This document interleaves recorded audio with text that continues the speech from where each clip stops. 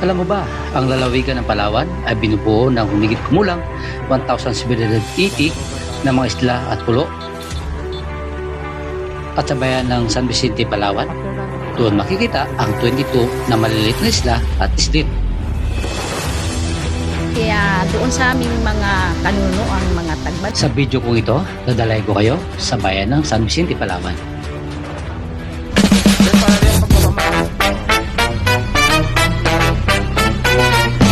Mula dito sa aming tinutuluyan, dito sa Port Barton Hills, dito magsisimula ang aming pag-ikot dito sa bayan ng San Vicente, Palawan.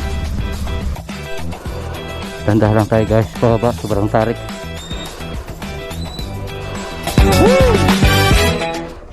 Tara, samahan niyo ako sa ating adventure.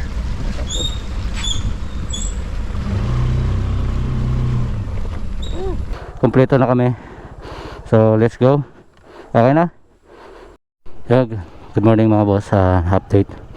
Kasama pa rin natin sila Chopper the Sniper, sila Mang Mags, Pwede Palawan. Dito kami ngayon sa Pangpang, sa playa ng Port Barton. Makikita nyo, malaki po yung dagat ngayon. Ganda. Pati yung araw ngayon, panahon, maganda, kalmado. Ganda ng dagat ngayon, ngayong araw. Tinatawag na nature talaga na ging-create sa atin ni Lord. Napakaganda. Hindi tayo magsasawa na balik-balikan itong lugar na to. So yun, I love you guys.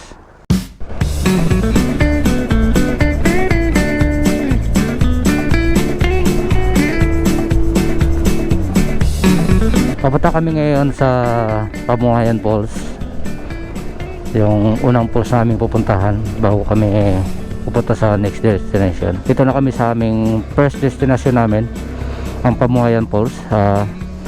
Dito tayo magpa-parking. Mayroon silang parking. Yan, pa-parking tayo dito. At narito na nga tayo ngayon sa Pamuayan Falls, sa aming first destination. Kaya tara, samahan nyo ako, napasokin natin ang Pamuayan Falls.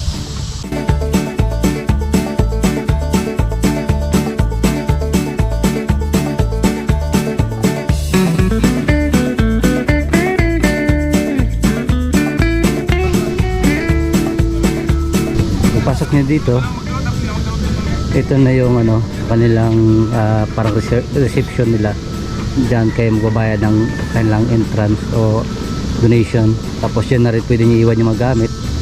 At dito naman sa kabila, ito yung mga nirelocate na mga naninira sa tabing ilog o tabing dagat na inilipat nila dito mga IPs.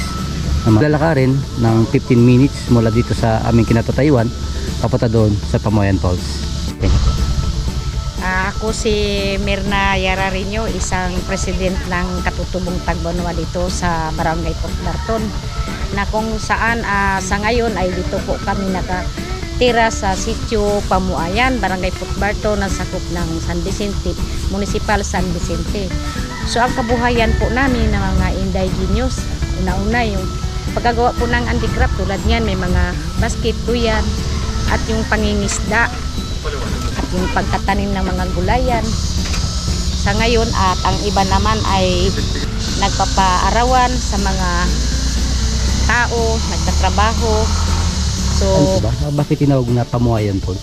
kasi doon sa aming mga kanuno ang mga Tagbanwa, na kung saan sila po ang unang nanirahan dito sa Pamuayan. Kasi noon Pamauyan. Pamahuyan. Pamauyan. Pamauyan. Pamau. Ngayon pinaganda na po, Pamuayan na. Pamuayan. Dati sa tawag sa aming mga Tagbanwa, sa aking mga lulo, Pamauyan.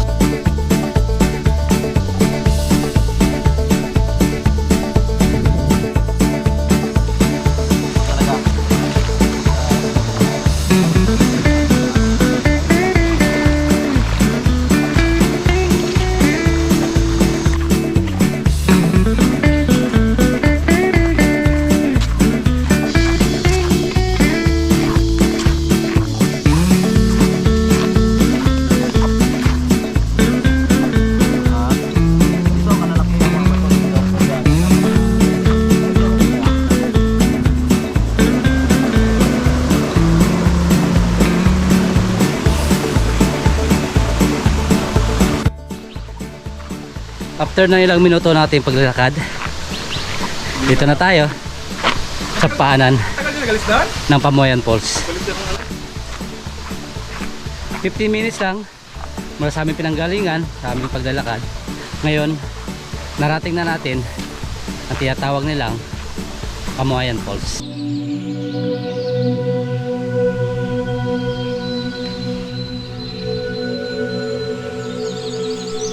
Munting kaalaman, ang Port Barton ay tinatawag noon na Itaytay ayon sa mga katutubo na ninirahan sa Port Barton, Palawan, at ngayon tinatawag na itong Port Barton at hindi na ito Itaytay.